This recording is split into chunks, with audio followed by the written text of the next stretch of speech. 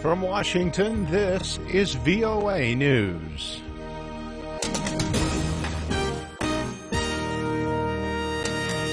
I'm David Byrd reporting Donald Trump became the 45th President of the United States Friday, promising to put America first in everything.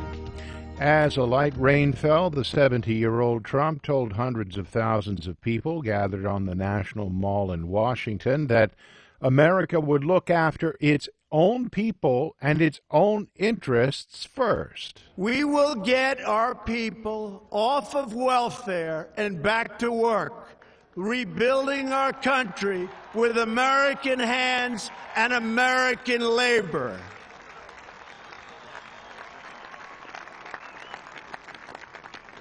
We will follow two simple rules: buy American and hire American. Trump told those gathered that his administration would restore jobs lost to overseas ventures while boosting U.S. employment. He also touched briefly on U.S. foreign policy, emphasizing his administration would put the United States first in all decisions. He did vow to eradicate radical Islamic terrorism and said that America would respect the rights of all nations to govern themselves as they see fit. We do not seek to impose our way of life on anyone, but rather to let it shine as an example. We will shine for everyone to follow. After a luncheon with members of Congress, the new First Family led the inaugural parade down Washington's Pennsylvania Avenue. The President and First Lady Melania Trump plan to attend 3 inaugural balls on Friday evening. For more on the inauguration of Donald Trump as U.S. President and the rest of the day's news, you can always log on to our website, voanews.com. This is VOA News. Former President Barack Obama thanked supporters on Friday, saying that they proved the power of hope.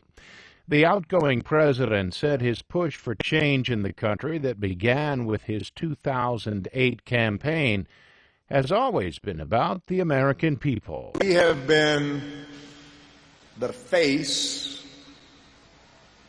sometimes the voice, out front on the TV screen or in front of the microphone, but this has never been about us. It has always been about you. And all the amazing things that happened over these last 10 years are really just a testament to you.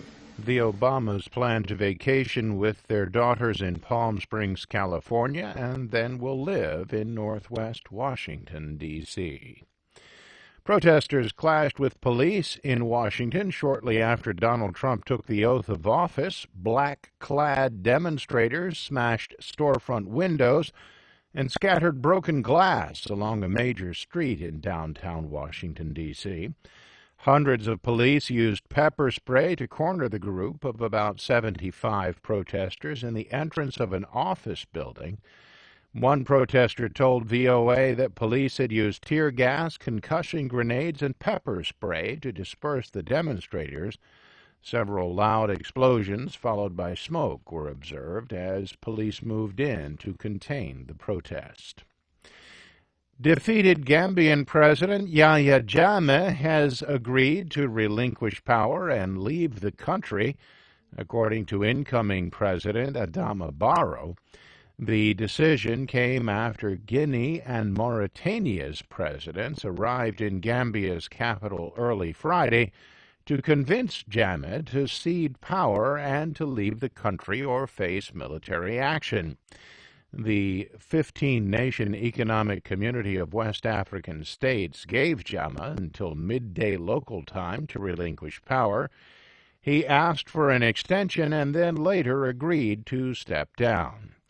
President Adama Barrow narrowly won December's elections. Yahya Jammeh, who once vowed to rule Gambia for 1 billion years, initially accepted the results, but then changed his mind, citing voting irregularities.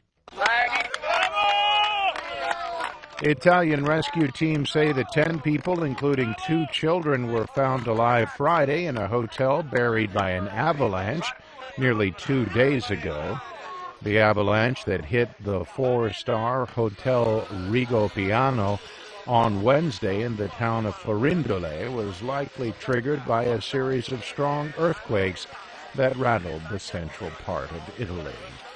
An up day on Wall Street with all 3 major indices closing higher. European and Asian markets finished Friday mixed.